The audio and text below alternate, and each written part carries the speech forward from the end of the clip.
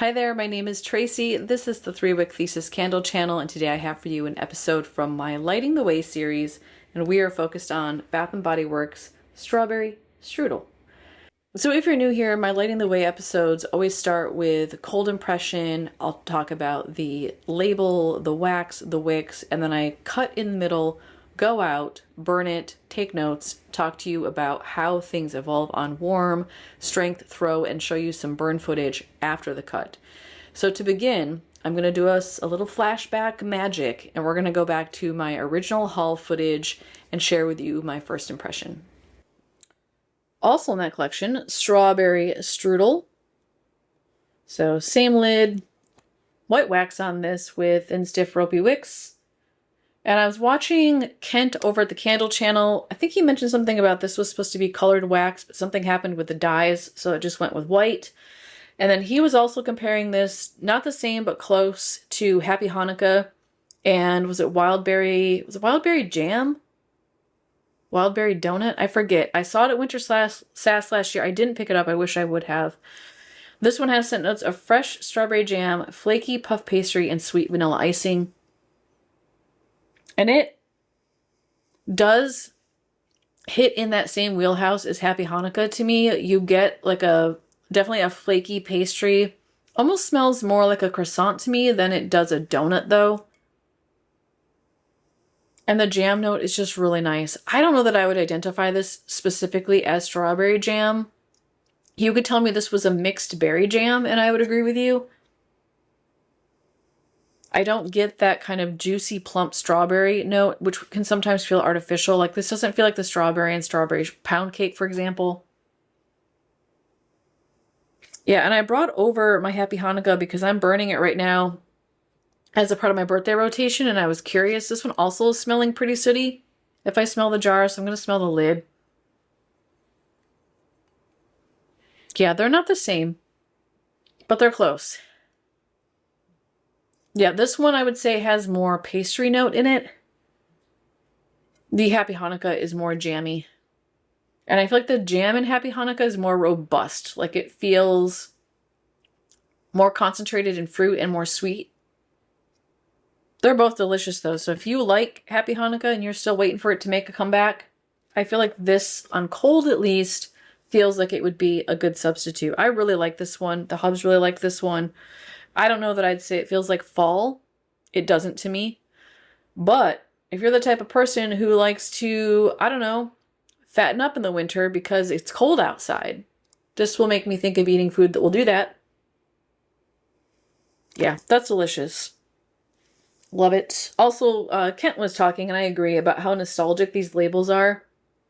This label's got applied incorrectly. There's air stuck under here at the bottom, so watch out if you care. It doesn't bother me because I burn my candles. I don't collect, but if you're a collector, watch out for those labels. All right, I was very, very excited about this candle because it does remind me of Happy Hanukkah. It reminds me a little bit of the Wild Ube from White Barn that was out last year. It isn't the same to me on cold or on warm, but if you really are craving that Happy Hanukkah from 23, I think this would scratch that itch, with one exception.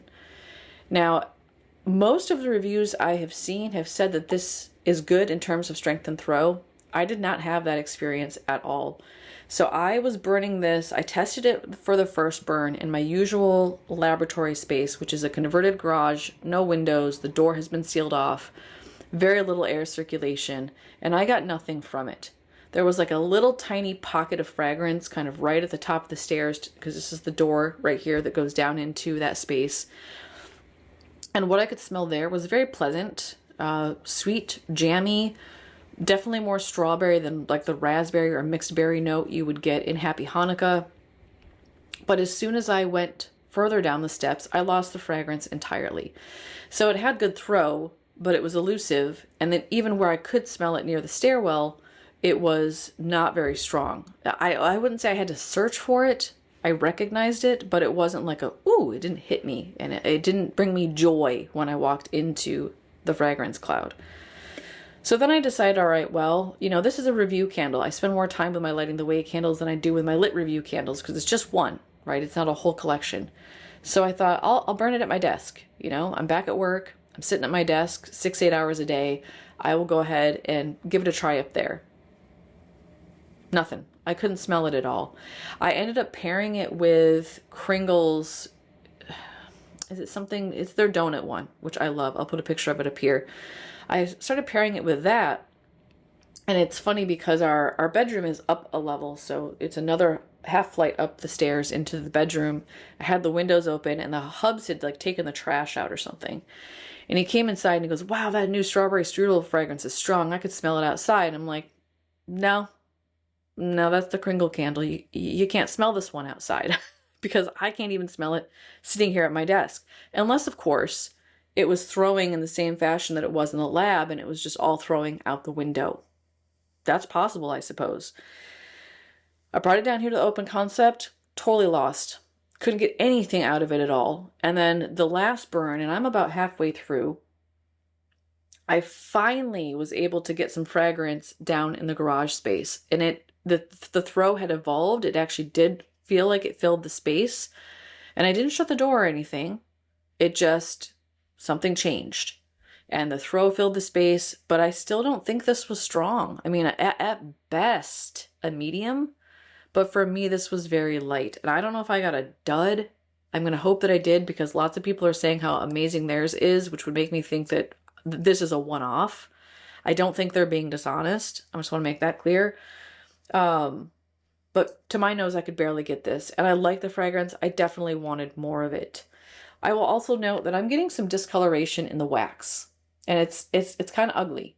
And I take care of my candles. I really do babysit them. I trim the wicks before every single burn. I put them out if they start to look like they're getting too high of flames or they get sooty. So I don't know what the discoloration is about. And I am picking up on a tinge of what feels like smokiness from it. It's not bad. It's not like, you know, White Barn a couple of years ago bad. But it is getting discolored. It is starting to develop a unpleasant smoke soot note. I hope that doesn't continue because if it does, by the time you get to the end, it's going to be pretty gross.